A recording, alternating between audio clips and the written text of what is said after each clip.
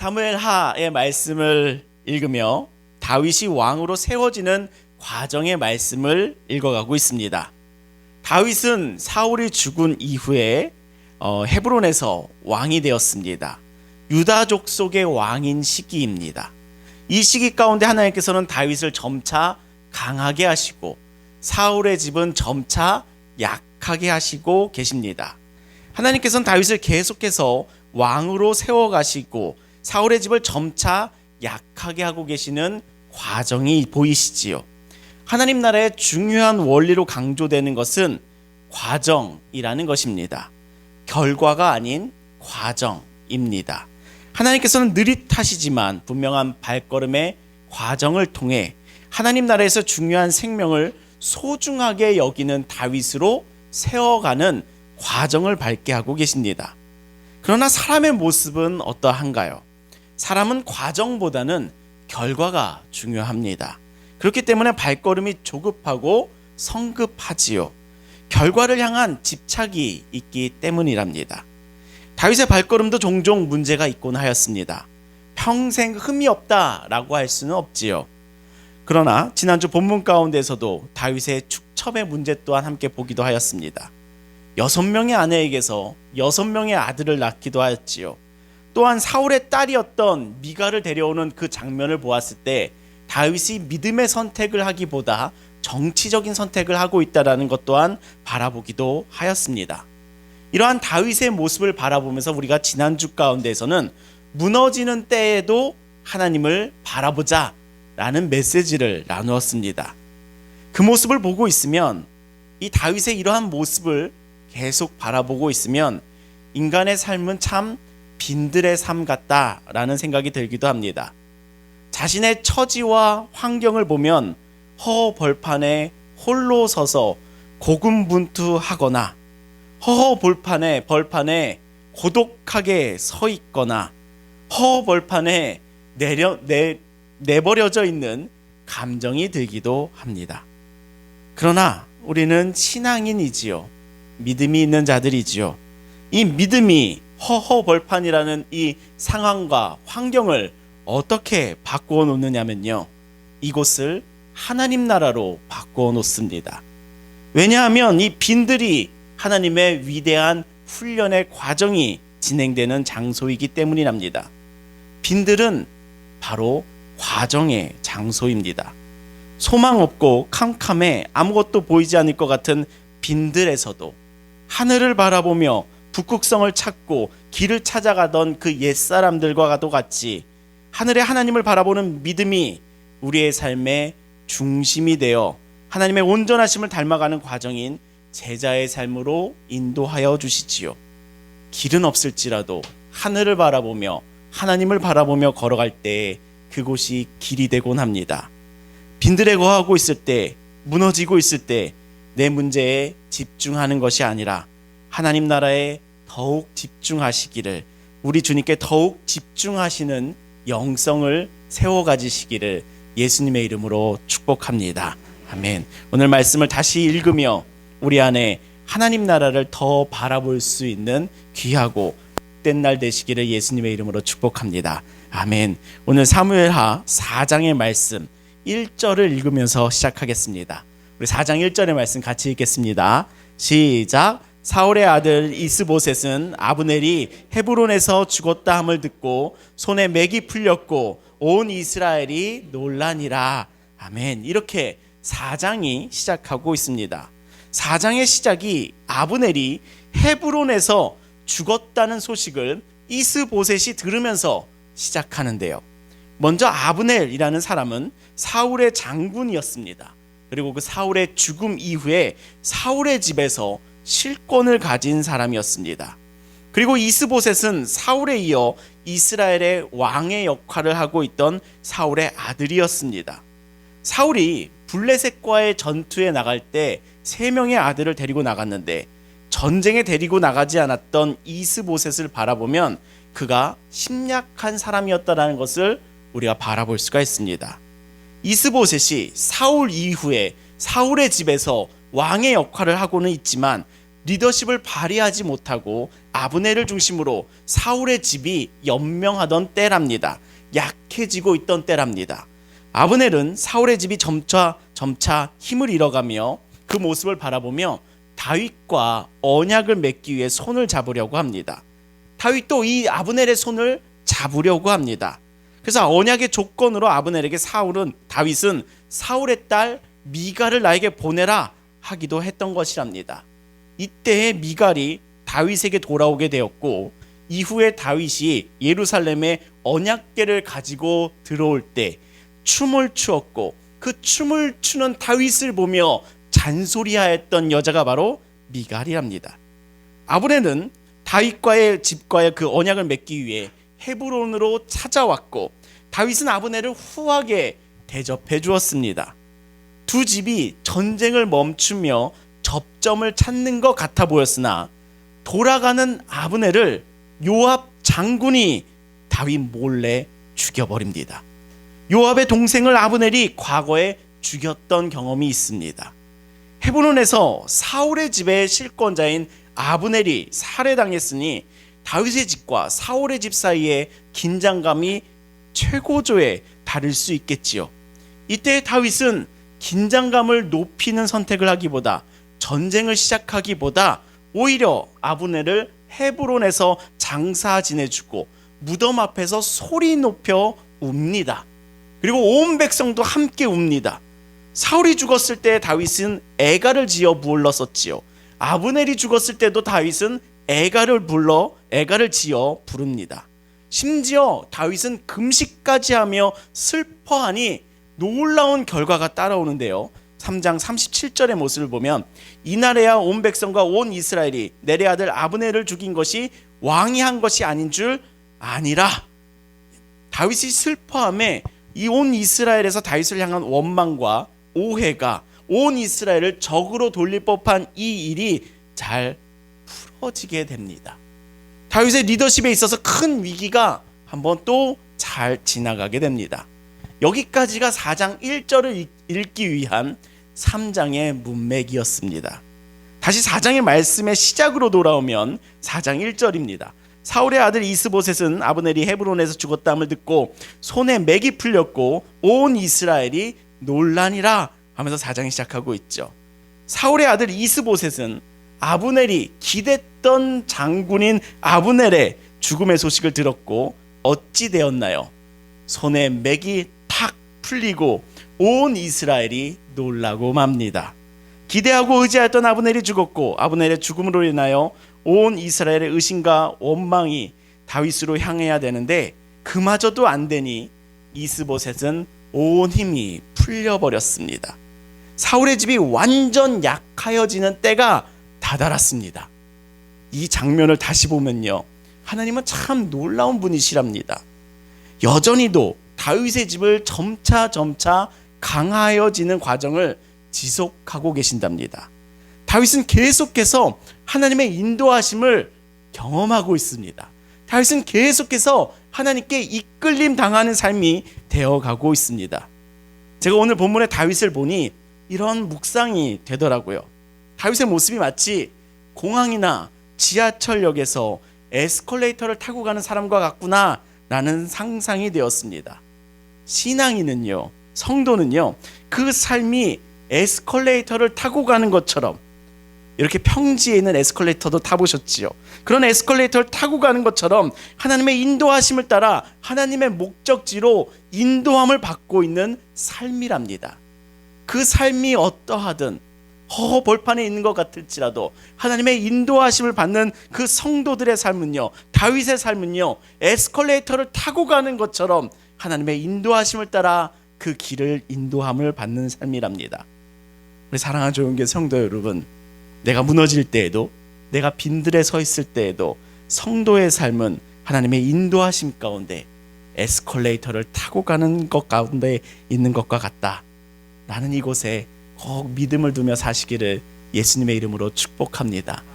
내가 빈들에 서 있어서 길이 안 보이는 것 같을지라도 오늘 다윗의 모습을 보니 정말 끈질기게도 하나님께서는 인도하여 주시는구나 라는 것을 다시 바라보게 하시니 우리의 삶이, 우리 성도의 삶이 하나님께서 놓으신 그 에스컬레이터를 타고 가는 것처럼 내 삶이 그렇게 인도함 받고 있구나 라는 것에 꼭 믿음을 두며 살아가시기를 예수님의 이름으로 축복합니다. 아멘. 자, 이 말씀 가운데서 이제 또 새로운 인물이 등장하는데요. 우리 4장 2절의 말씀을 같이 읽어보겠습니다. 함께 읽겠습니다. 시작. 사울의 아들 이스보셋에게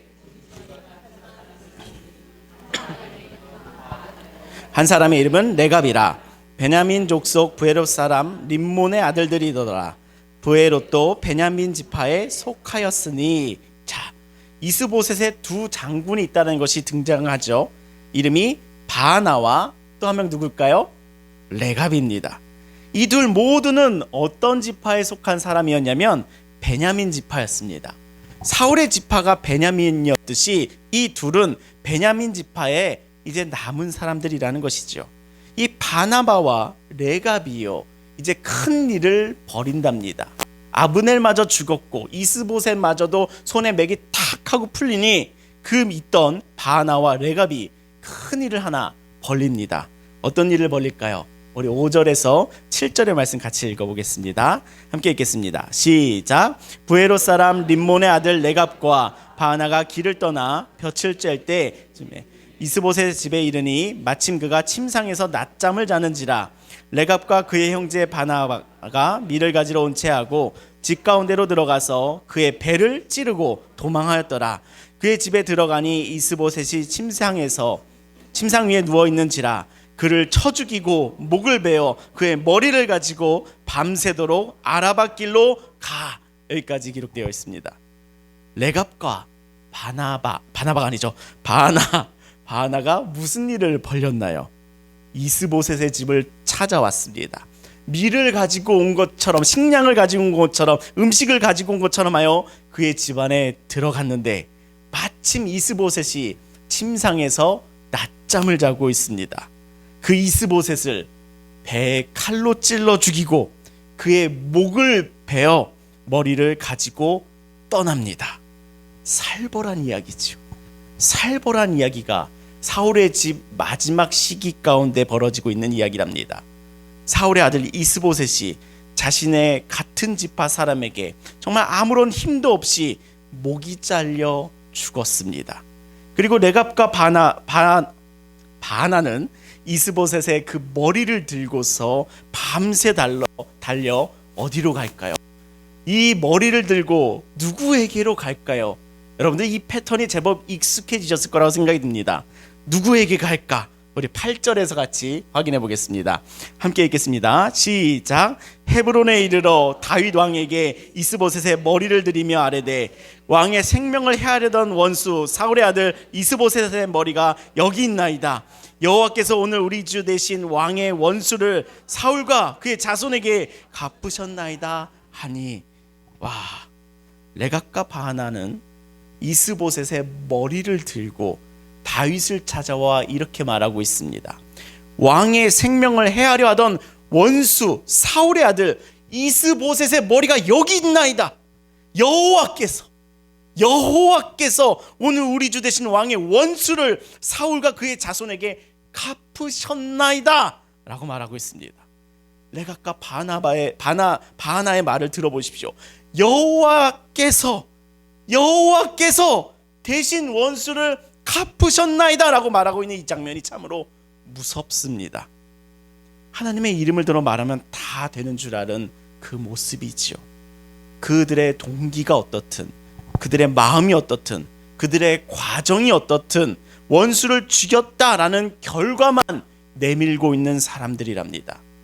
결과만 좋으면, 과정이 약하여도 악하여도 여호와의 이름으로 포장만 하면 된다라는 이 사람들의 전형적인 잘못이랍니다. 이들의 동기가 무엇이겠습니까? 권력과 보상을 바라는, 이익을 바라는 순전한 이기심에서 오는 행동이지요. 이것이 하나님 보시기에 정말 안 좋은 모습이랍니다. 여호와의 이름을 망령되이 사용하는 전형적인 모습이 바로 레갑과 바나의 모습이랍니다. 사랑하는 좋은 교회 성도 여러분, 뭐로 가도 서울로만 가면 되지 라는 신앙 안 됩니다. 과정이 어떻든 좋은 결과만 가져오면 되지 라는 신앙 안 됩니다. 여호와의 이름을 붙여 자신의 이익을 정당화하는 신앙 안 됩니다. 우리 모두 이와 같은 신앙에 대해서는 경계심을 가지고 항상 멀리하며 과정을 충실하게 성실하게 밟아가는 우리 모두가 되기를 예수님의 이름으로 축원합니다. 우리들의 마음에 분명한 기준이 있어야 됩니다. 과정이 옳아야 됩니다. 결과만 따져서는 심각한 문제를 가지고 올 수도 있습니다. 우리들이 하나님을 바라보는 신앙으로 살아갈 때 하나님 나라에 중요한 원리가 있으니 그것은 바로 과정이랍니다. 그 과정을 충실하고 성실하게 밟아가는 주님의 자녀들에게 하나님께서 좋은 결과를 선물하여 주시는 거랍니다. 우리가 결과를 만들어내는 것이 아니라 우리는 하나님을 쫓아 과정을 성실하게 살아가니 하나님께서 주시는 좋은 결과를 누리게 되는 것이지요. 우리 사랑하는 좋은 교회 성도 여러분, 꼭 이 원리를 기억하셔서 우리들의 신앙과 우리들의 삶이 건강하고 바르게 세워져 가시기를 예수님의 이름으로 축원합니다. 아멘. 이 레갑과 바하나의 말을 들어보니 다윗이 어떠한 말을 할지 여러분들 이제 예상이 되지 않습니까? 정말 똑같은 상황이 몇 주 전에도 있었습니다. 사울의 죽음의 소식을 갖고 왔던 아말렉 청년을 향했던 다윗의 반응이 기억나시지요? 다윗이 어떻게 반응하였는지 떠올려 보시면서 이 말씀을 한번 생생하게 읽어보시기를 바랍니다. 우리 9절에서 12절의 말씀 같이 읽겠습니다. 시작. 다윗이 브에롯 사람 림몬의 아들 레갑과 그의 형제 바하나에게 대답하여 그들에게 이르되 내 생명을 여러 환난 가운데서 건지신 여호와께서 살아계심을 두고 맹세하노니 전에 사람이 내게 알리기를 보라 사울이 죽었다 하며 그가 좋은 소식을 전하는 줄로 생각하였어도 내가 그를 잡아 시글락에서 죽여서 그것을 그 소식에 전한 가품으로 삼았거늘 하물며 악인이 의인을 그의 집 침상에서 죽인 것이겠느냐. 그런즉 내가 악인의 흘린 죄를 너희에게 갚아서 너희를 이 땅에서 없이 하지 아니하겠느냐 하고 청년들에게 명령하매 곧 그들을 죽이고 수족을 베어 헤브론가에 매달고 이스보셋의 머리를 가져다가 헤브론에서 아브넬의 무덤에 매장하였더라. 아멘. 다윗이 이 두 사람에게 이 머리를 들고 와서 여호와께서 당신의 원수를 갚아주셨습니다 라고 하는 이 말을 하고 있는 이 두 사람에게 다윗은 어떤 말을 하나요? 자신이 사울을 죽였다며 사울의 죽음의 소식을 가지고 왔던 그 아말렉 청년, 그 청년을 시글락에서 잡아 죽여서 그 소식을 전한 것을 본보기로 삼았는데 11절에 보면 어찌 악인이 의인을 그의 집 침상 위에서 죽인 것이냐 라고 외치고 있습니다.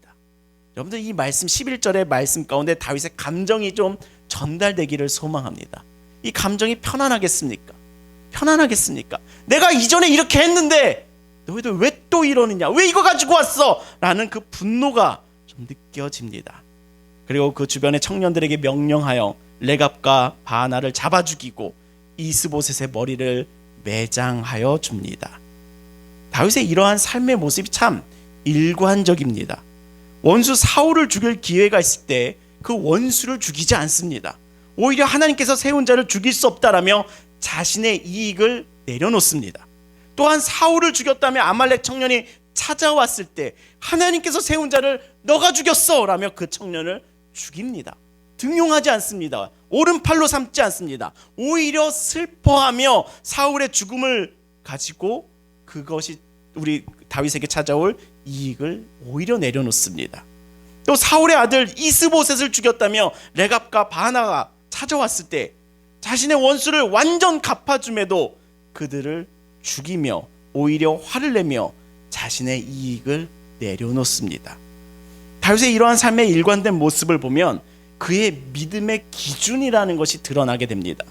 다윗이 절대 넘지 않는 선이 있다는 것을 알 수 있습니다.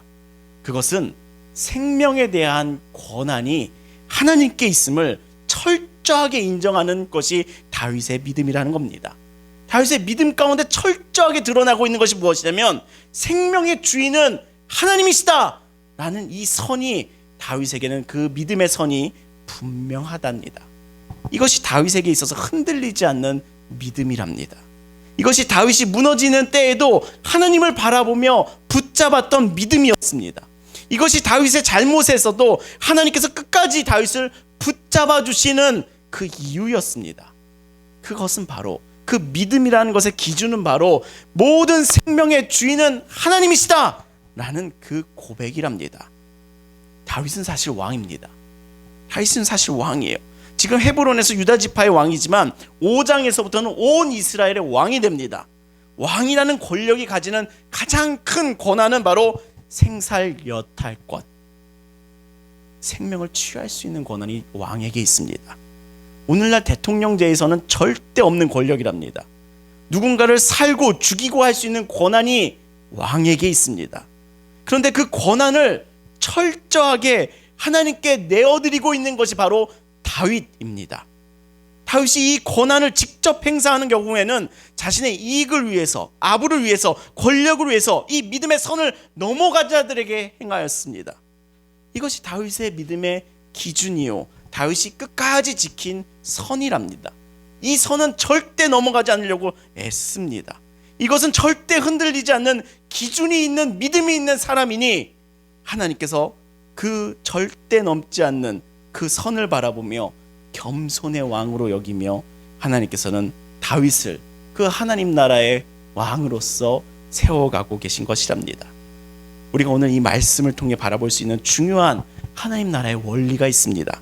정말 우리들의 믿음에 있어서 중요하게 붙잡고 있어야 할 하나님의 마음이 있습니다. 하나님의 마음 가운데 가장 중요한 것이 있으니 그것은 바로 생명이랍니다. 하나님 나라에서 가장 중요한 것이 있으니 바로 생명이랍니다. 하나님이 곧 생명의 근원 되시기 때문이죠. 우리 시편 36편 9절의 말씀 우리 한번 같이 읽어보겠습니다. 함께 읽겠습니다. 시작. 진실로 주의 비단에서 우리가 빛을 보리라. 아멘. 진실로 생명의 원천이 누구에게 있다라고 고백하고 있습니까? 주께 있다고 고백하고 있습니다. 주님께서 생명의 원천 되어 주시는 분이랍니다. 우리 요한복음 14장 6절의 말씀도 같이 읽어보겠습니다. 함께 읽겠습니다. 시작. 내가 곧 길이요 진리요 생명이니 나로 말미암지 않고는 아버지께로 올 자가 없느니라. 누가 바로 생명이라고 말씀하십니까? 바로 예수님, 우리 주님이시랍니다. 이와 같이 생명의 근원 되시는 하나님께서 가장 중요하게 여기는 것이 있으니 바로 생명이랍니다. 오늘의 말씀을 통해서 우리가 함께 바라보기를 소망하는 하나님은요, 생명을 가장 소중하게 여기시는 하나님이시랍니다. 우리가 오늘 이 하나님을 꼭 바라보고 가시기를 소망합니다. 하나님께서 정말 소중하게 여기시는 것이 무엇이냐라고 했을 때 생명이랍니다. 하나님께서 다윗을 빈들 가운데서 훈련시키시며 광야 가운데 세워가시며 인생의 과정에서 다윗을 인도하고 계신 그곳의 목적지는 바로 생명을 소중하게 여기는 하나님을 바라보는 믿음이랍니다. 이 생명의 권한이 주권이 하나님께 있음을 내어드리는 믿음으로 인도하고 계신 것이랍니다. 다윗의 믿음과 같이 생명을 소중하게 여기시는 그 하나님을 꼭 바라보실 수 있기를 예수님의 이름으로 축복합니다. 우리들의 세상이 생명을 경시하고 있는 것만큼 우리들이 바라봐야 될 믿음의 하나님은 바로 이 생명의 주권자 되신 하나님, 이 생명을 가장 소중하게 여기시는 그 하나님, 우리 모두가 그 하나님을 바라보며 믿음을 세워가시기를 예수님의 이름으로 축복합니다. 아멘. 오늘 우리가 생명을 가장 소중하게 여기시는 그 하나님 나라를 바라보는 그 믿음의 삶을 꿈꿀 때에 다음과 같은 두 가지 믿음의 삶의 모습을 권면드린답니다.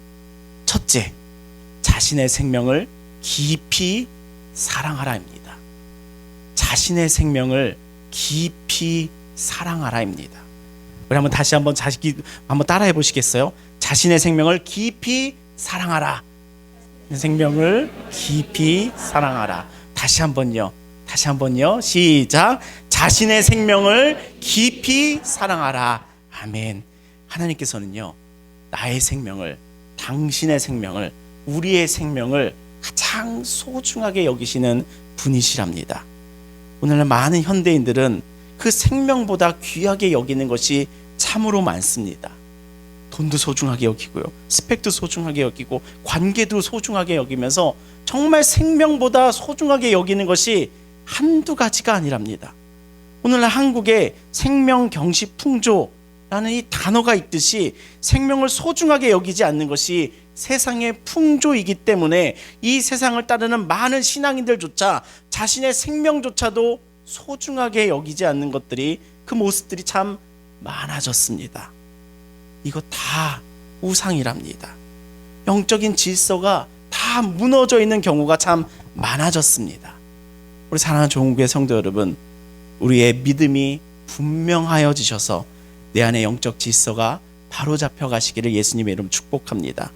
우리에게 있어서 가장 1순위가 되어야 될 것은 바로 생명을 소중하게 여기며 그 하나님께서 주신 생명을 사랑하는 것이랍니다. 깊이 사랑해가는 것이랍니다. 하나님께서 소중하게 여기시고 중요하게 여기시는 것을 우리도, 나도 소중하게 여기고 중요하게 여겨야겠지요. 이 생명을 사랑함에 있어서 특이한 모습들이 참 많아지고 있는데 자신의 생명조차 사랑하지 못하는 신앙인들이 많아짐에 있습니다. 오늘 우리 안에 이 하나님의 마음이 와 닿기를 소망합니다. 하나님은 당신의 생명을 가장 소중하게 여기신답니다. 천하보다도 당신의 생명을 가장 소중하게 여기신답니다. 하나님께서 소중하게 여기시는 당신의 생명을 당신도 소중하게 여기시기를 예수님의 이름으로 축복합니다. 나의 생명을 소중하게 여기는 모습으로 한 가지만은 꼭 실천하시는 삶이 되시기를 소망합니다. 그것은 내 마음의 언어를 믿음의 언어로 바꾸어 나가는 거랍니다. 내 마음의 언어를 믿음의 언어로, 복음의 언어로 바꾸어 나가는 것이랍니다. 입 밖으로 내뱉고 있는 이 말들은 많은 문제가 있을 수도 있지만 그래도 신앙인들은 입 밖으로 내뱉고 있는 이 말들은 어느 정도 포장을 하고 있습니다.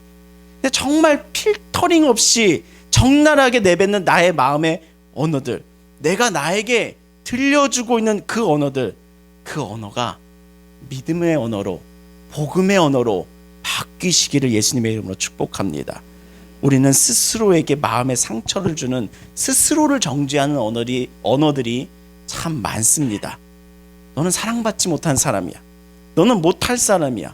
너는 못해. 너는 할 수 없어. 너는 거짓말쟁이야. 너는 위선자야. 너가 그러고도 신앙인이냐? 너가 그러고도 예수 믿는다고 하냐? 너가 그러고도 교회 다닌다고 하냐? 하는 등등의 수많은 언어를 내 스스로도 사용하는 사람들이 참 많습니다. 주님의 사랑으로 자신을 정죄하는 그 언어들을 멈출 수 있기를 예수님의 이름으로 축원합니다. 스스로의 마음과 생각과 영혼 가운데 하나님이 말씀해 주시는 말씀을 내 안에 채워가시기를 축복합니다. 하나님이 하시는 말씀을 우리 안에 채워가는 겁니다. 내가 하는 말을 내 안에 채워가는 것이 아니라 하나님께서 하시는 말씀을 내 안에 채워가는 것이지요. 말씀을 읽으세요. 말씀을 들으세요. 말씀을 묵상하세요.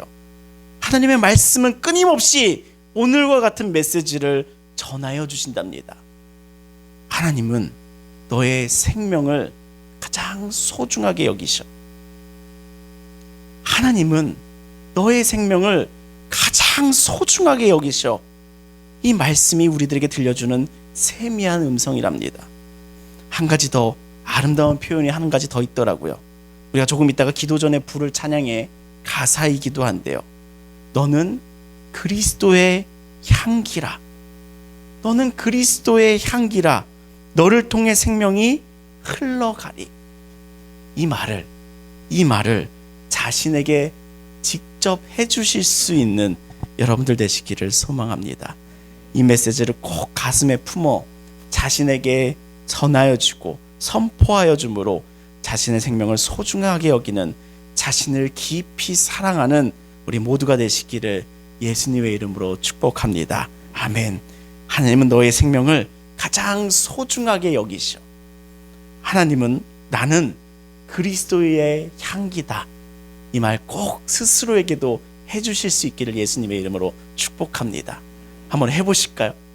한번 해보실까요? 아멘하고 가시면 집에서 안 하실 거잖아요. 우리 집 이문 나가면 이제 더 이상 생각이 안 날 수도 있잖아요. 그래서 오늘 꼭 하고 가겠습니다. 하나님은 나의 생명을 가장 소중하게 여기셔, 이 말 꼭 해주십시오. 시작. 하나님은 나의 생명을 정말 소중하게 여기셔. 아멘. 한 가지 더요. 나는 그리스도의 향기다. 나는 그리스도의 향기다. 나는 그리스도의 향기다. 나를 통해 생명이 흘러갈 정도로 그리스도의 향기다. 이거 꼭 기억하시기를 예수님의 이름으로 축복합니다. 아멘. 자신을 깊이 사랑하는 모습이 이기적이어야 된다는 말은 절대 아닙니다. 그렇기에 두 번째 삶의 모습은요, 이웃을 깊이 사랑하자입니다. 이웃을 깊이 사랑하자입니다. 한번 따라해 보시겠어요? 이웃을 깊이 사랑하자. 이웃을 깊이 사랑하자. 아멘. 하나님께서는 내 이웃의 생명도 가장 귀하게 여기시는 분이시랍니다. 하나님의 사랑은요, 특별하고 보편적이시랍니다. 하나님 나의 생명을 소중하게 여기신 것 같이 나의 이웃의 생명도 정말 소중하게 여기신답니다. 이것이 절대 흔들리지 않은 하나님 나라의 원리랍니다. 그렇게 우리의 믿음의 삶의 모습이 나 자신을 깊이 사랑하며 또한 이웃을 깊이 사랑하는 삶의 모습이 되기를 소망합니다. 우리에게 추수감사절 때 전해진 메시지가 기억나실까요? 추수감사절 때 전해진 메시지가 기억나실까요? 하나님께서 기뻐하시는 종은 다투지도 아니하며 들레지도 아니하리니 아무도 길에서 그의 소리를 듣지 못하니라. 상한 갈대를 꺾지 아니하며 꺼져가는 심지를 끄지 않는 사람이니라. 이웃을 깊이 사랑하는 하나님의 사랑의 모습이 어떠합니까? 큰 소리 내지 않습니다. 저 갈대 상했네, 내가 꺾어놔야지. 저 등불 꺼져가네, 내가 꺼놔야지 라며 불어 끄지 않습니다. 오늘 우리들의 입 밖으로 나오는 말이 많이 변화되어 가기를 소망합니다. 다투지 아니하며 들레지도 아니하는 말을 사용하기를 예수님의 이름으로 축복합니다.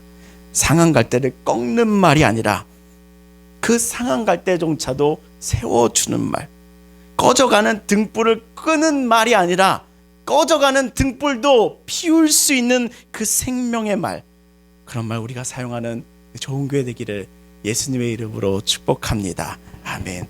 오늘 사무엘하 4장의 말씀을 통해 우리는 다윗이 하나님께서 생명의 주권자 되심을 인정하며 생명을 소중하게 여기는 삶의 모습을 보았습니다. 다윗은 왕으로서 권력이 있다 할지라도 생명을 하찮게 여기지 않았습니다. 하나님의 선 아래에서 생명을 존중하며 살았습니다. 이러한 다윗의 믿음이 하나님의 마음을 기쁘시게 하는 믿음이었으며 하나님 나라를 이뤄가는 귀한 쓰임을 받는 왕이 되어갑니다. 오늘 이 모습을 통해 우리도 생명을 소중하게 여기는 믿음의 삶들 되시기를 예수님의 이름으로 축복합니다. 복음의 언어를 사용하셔서 내 생명도 소중하게 여기시며 복음의 언어를 통해 타인의 생명도 소중하게 사랑하는 믿음의 삶 되시기를 예수님의 이름으로 축원합니다. 오늘 주님의 말씀 앞에 함께 서는 우리 귀한 성도 여러분, 말씀 앞에서 다음과 같은 삶으로 나가기를 초대합니다. 첫째, 자신의 생명을 소중히 여기기를 선택하십시오. 하나님께서 나의 생명을 가장 소중하게 여기신다는 그 진리의 말씀을 내 안에 새기며 정죄와 거짓의 언어로 나를 대하는 것이 아니라 복음의 언어, 믿음의 언어를 사용하는 삶 되시기를 예수님의 이름으로 축복합니다. 둘째, 이웃의 생명도 소중하게 여기기를 선택하십시오. 내 입술의 말이 복음의 말이 되기를, 내 입술의 말이 생명을 세우는 그리스도의 향기가 되기를 예수님의 이름으로 초대합니다. 오늘 말씀 앞에서 함께 걸어가는 우리 좋은 교회 성도님들 되시기를 예수님의 이름으로 축복합니다. 아멘. 기도하시겠습니다. 생명의 근원 되시는 하나님 아버지, 오늘도 우리에게 말씀 앞에 서게 하시는 주님의 인도하심에 감사와 찬양을 올려드립니다. 주님, 다윗의 삶과 하나님을 바라보며 믿음을 세우는 우리가 되게 하여 주시옵소서. 다윗의 생명은, 다윗에게 생명의 주인은 오직 하나님이심을 믿고 그 믿음으로 살아갔던 것처럼 우리의 삶에서도 그 생명을 하나님께서 주신 이 생명을 소중하게 여기게 하여 주시옵소서. 자신의 생명을 가벼이 여기지 않게 하여 주사 스스로에게도 복음과 믿음의 언어로 스스로를 깊이 사랑하며 주님의 사랑을 증거하는 증거자의 제자로 세워 주시옵소서. 주님의 사랑으로 우리의 이웃을 깊이 사랑하는 삶을 허락하여 주시옵소서.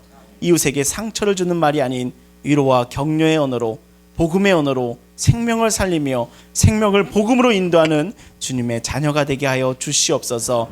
이 진리의 말씀을 붙잡고 살아가는 데에 거짓이 담을 넘어오지 않도록 우리를 지켜주시며 악에 빠져 나 또한 생명을 경시 여기지 않도록 보호하여 주시며 하나님을 사랑하며 자신을 사랑하며 이웃을 사랑하는 주님의 복된 제자의 삶으로 우리를 이끌어 주시옵소서. 마치 에스컬레이터를 타고 가는 것과 같이 주님께서 우리를 인도하여 주실 줄을 믿습니다. 주님, 오늘도 우리는 함께 모여 더불어 마음을 같이하여 기도에 힘쓰고자 합니다. 주님, 주님의 말씀을 살아내는 오늘 우리들의 기도 가운데 주님의 기름 부으심의 은혜와 임재의 은혜를 충만히 부어 주시옵소서. 예수 그리스도의 이름으로 기도합니다. 아멘.